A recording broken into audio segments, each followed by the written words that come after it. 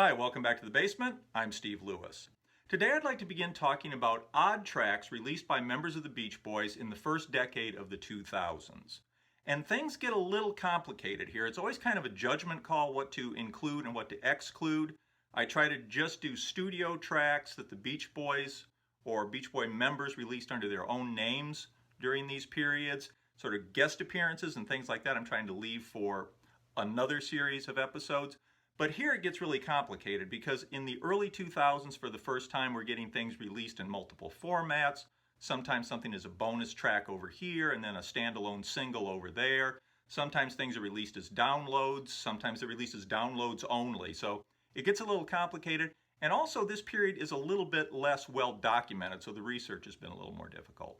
With that said, the first track I'd like to talk about actually carries on almost directly from where we left off in episode 70, the 90s Odd Tracks Part 2, when we talked about Alan and Matt Jardine's track, Papa Loved Mama, on the 1999 Garth Brooks tribute CD, New Friends in Low Places. The album was produced by Lanny Cordola, who had worked on the Summer in Paradise album, and released on Purple Pyramid Records, a division of Cleopatra Records. Cleopatra specialized in goth and industrial music. Purple Pyramid specialized in prog rock and tribute albums. So 1999, they do the tribute to Garth Brooks.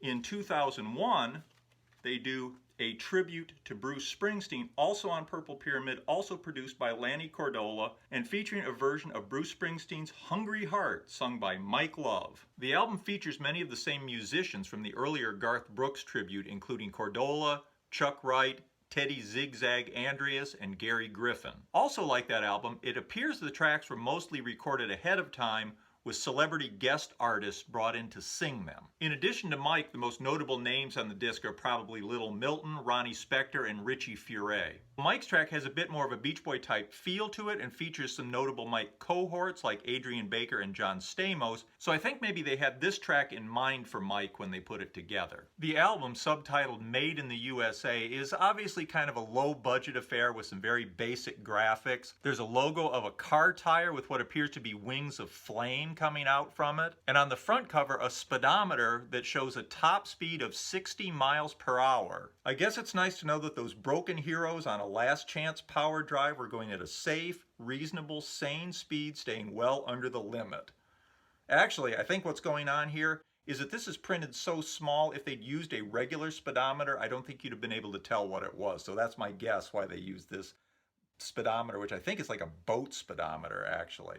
Anyway, the track itself is of course a cover of Bruce Springsteen's number 5 hit from the end of 1980. Hungry Heart was a good choice for Mike. It's in his wheelhouse without being another obvious sun, summer, and beach number, and though I thought I could guess what he would probably do with it, I was interested to hear it.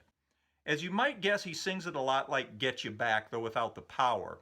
In fact, on the choruses at some point, he's nearly drowned out by the backing vocals. There's a real attempt to Beach Boy-fy the backing vocals on this, which is only partially successful. And to tell you the truth, Mike's vocal sounds less hungry than it does sleepy. I don't really know the circumstances, but about half the tracks here, including Mike's, have been re-released numerous times since then on real bottom-of-the-barrel budget compilations, usually called A Tribute to Bruce Springsteen. The albums have been augmented with a bunch of Bruce Springsteen sound-alike versions credited to someone named Shane Torrell, and Shane Torrell's only credit that I could find is for these Bruce Springsteen sound-alike versions. These are the kind of very cut-rate impulse buy CDs that you find at truck stops and low-end grocery stores. They're often put in places like the checkout line where they hope the buyer will pick them up and buy them before they really take a close look at what they're getting. Or they're thrown in a rack with a bunch of other cheap titles marked 3 for $8 or something like that. I'd like to show you a few of these. Unless otherwise noted, these are all about the same 6 Purple Pyramid tracks, including the one from Mike Love, augmented with the Shane Torrell sound-alike versions. From 2003, we got A Tribute to Bruce Springsteen on the Big I label. In 2004, a rock tribute to Bruce Springsteen on the German ZYX label. The front cover deceptively credits musicians from Beach Boys, Guns N' Roses, Paul McCartney, Albert King, Neville Brothers, Don McLean. The Beach Boys credit makes sense, of course, but I know Paul McCartney pretty well, and I could not figure out the musical connection between Paul McCartney and anybody on this CD.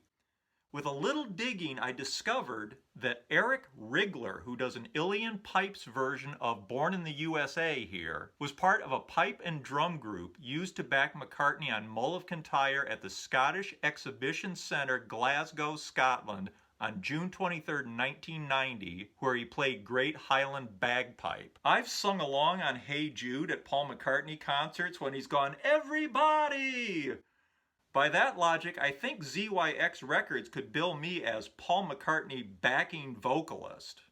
Next we have, from 2004, a tribute to Bruce Springsteen from the Platinum Disc Corporation. Also from Platinum Disc in 2004, a tribute to Pink Floyd and Bruce Springsteen. The first disc is a bunch of undistinguished covers of Pink Floyd, with the second disc being the usual batch of Shane Terrell and Purple Pyramid Springsteen covers. From 2005, another ZYX release with a different cover and the same lineup, released in Germany.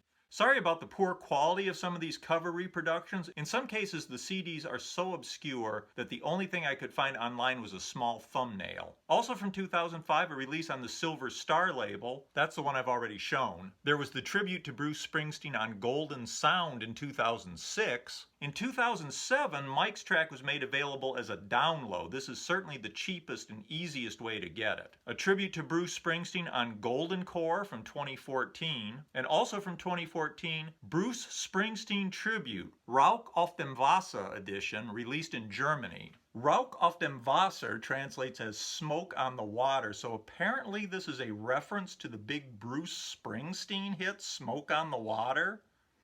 Anyway, the usual Purple Pyramid tracks are here, but the Shane Terrell tracks in this case have been replaced by cover versions by some very obscure German bands. At least nobody actually does Smoke on the Water. And Mike Love on this album cover is apparently credited as Mike Lowe. It's also the only one of this group that uses an actual image of Bruce Springsteen. Even more high-end collections of Springsteen covers over the years haven't used his image on the cover. Either this edition got unprecedented permission to use Springsteen's image, or they just went ahead and did it anyway. And apparently there's no catalog number on this CD.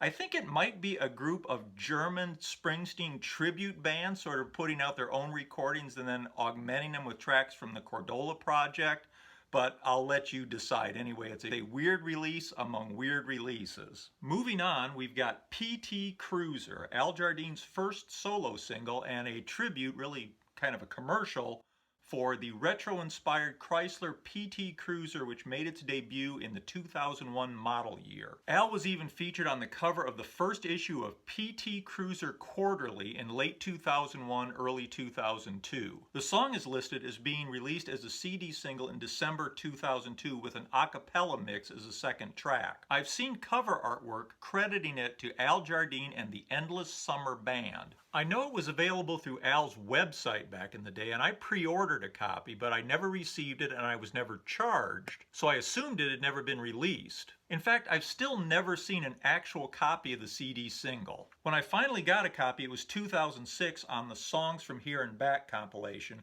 and we'll talk much more about this later on. I actually drove a PT Cruiser. I got one as a rental car in San Diego in March 2006 and drove it up to LA. It seemed pretty decent. I remember the glove compartment handle, and I think the other knobs felt like they were kind of cheap plastic, and it was kind of hard to see out the back, particularly on the passenger side, which made lane changes coming up the 405 into LA a little bit difficult. I've heard other complaints about the car, but for me it was fine for getting around Southern California for a few days. So I've never driven a Woody, I've never driven a Little Deuce Coupe, but I have driven a 2006 PT Cruiser. As for Alan's song, it's an obvious stitch-up between Little GTO, Shut Down, and Hey Little Cobra, with prominent guitar, drum, and saxophone, performed with Matt and Adam Jardine and various members of the Beach Boys touring band. It's professional, as you'd expect, but there's a certain enthusiasm here that you might not expect, particularly for something that's basically a commercial jingle. It's got no great originality or depth, it has no pretense to that, but there's enough of a spark here that it's really kind of fun, and it's great to hear Alan's vocal, particularly in the early 2000s when we really hadn't heard much from him in a while. And speaking of Alan in the early 2000s, available on his website in 2001 was the California Energy Blues, which was later released as a bonus track on Al Jardine Family and Friends Live in Las Vegas. California was undergoing major price hikes in electricity and rolling blackouts in 2001, coincidentally right around the same time I was leaving the state, so I don't remember the details all that well. Al details it here. And in this, Al harkens back to his love of folk music in general and the Kingston Trio in particular, with a spoken word intro that parodies the Kingston Trio's MTA, a number 15 hit in the summer of 1959 and featured on their 1959 album Kingston Trio at Large. The resemblance to MTA pretty much ends with the introduction. After that, it goes into a kind of a shuffle rhythm with a vaguely jazz feel about it. It shares with MTA a semi-comical approach to a frustrating problem and highly topical lyrics guaranteed to become quickly outdated. Like a folk broadside, Alan gives us his views of the news of the day and does it with a light touch and a sense of humor. The song was updated and partially re-recorded and available through Al's website in 2003 as California Recall Blues. There was artwork with the download that I've lost somewhere over the years. This thumbnail reproduction is the best I could find. Widely unpopular due to the continuing electricity crisis and for proposing a raise in vehicle license fees to help cover the state's huge budget deficit, a recall petition was started against California Governor Gray Davis in February 2003. As momentum for the recall grew, others, including action movie star Arnold Schwarzenegger, threw their hats in the ring as possible replacements for Davis. In good folk tradition, Al reuses an earlier melody with new lyrics to update his story. In fact, this is the same basic recording as California Energy Blues.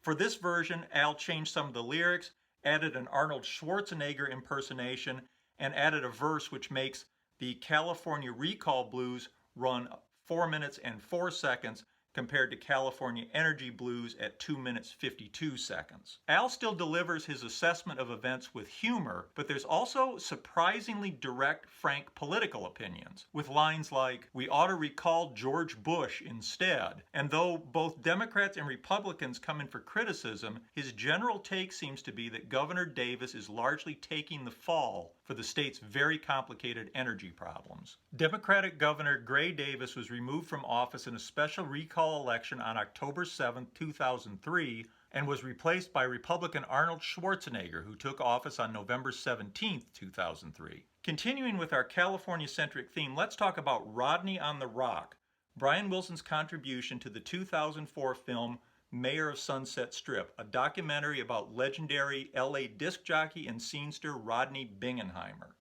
Rodney Bingenheimer's show on KROQ 106.7 FM in Los Angeles ran on Sunday nights and began in 1977. By the time I arrived in LA in 1985, it was already legendary. And I clearly remember one night shortly after I arrived, driving down Santa Monica Boulevard with Sheena is a Punk Rocker on the radio and thinking how great it was to be living in a place where I could hear that on the radio. One of the very first albums that I bought directly as a result of hearing it on Rodney's show was Cinema Verite by Dramarama. He kept playing Anything, Anything, I'll Give You over and over again. It was a great track, and I picked up the album. And for the duration of the time I lived in Los Angeles, we really paid attention to things that Rodney recommended. He loved music and always gave great recommendations. The track Rodney on the Rock was written by Brian Wilson and Andy Paley and produced by Andy Paley. According to Paley, writer-director George Hickenlooper interviewed him for his documentary on Rodney and was looking for dirt on Rodney, which Paley didn't have. Unsurprisingly, Brian had known Rodney even longer than Andy and both really liked him. Afterwards, he says he discussed it with Brian and they decided to write this song. Initially, I was kind of put off by Paley saying that Hickenlooper was looking for dirt on Rodney, though it occurred to me that if I was doing a biopic about somebody, I would want to ask their friends about dirt first, just to make sure that I wasn't actually doing a documentary about somebody who was despicable. Obviously, Rodney passed the test. Everybody had great things to say about him. I imagine a lot of you have seen Mayor of Sunset Strip. If not, it's a great documentary and something I highly recommend. As for Brian's song, Rodney on the Rock, it's a strong track. I think the fact that it was written for a specific purpose might have helped give it direction and punch. It features one of Brian's wilder lead vocals with a nice falsetto from Jeffrey Foskett and a strong backing track. There are lots of Beach Boy vocal touches, maybe a bit too many. Appropriately, it's full of radio, jingle-style twists and fanfares. At points, it almost sounds like a medley of jingles for Rodney's show. It ends with the effect of someone tuning to a different radio station, which is a nice touch. It's a great track for its purpose, and Rodney used it as the theme for his radio show for years. He ended his tenure with KROQ in 2017. That's all we have time for now. Obviously, there is a lot more to get to in this decade. We'll do it next time. Love to hear your comments on these tracks. Any feedback and any additional information you can offer would be really appreciated. Please comment, like, and subscribe, and we will see you next week. Thanks. Bye.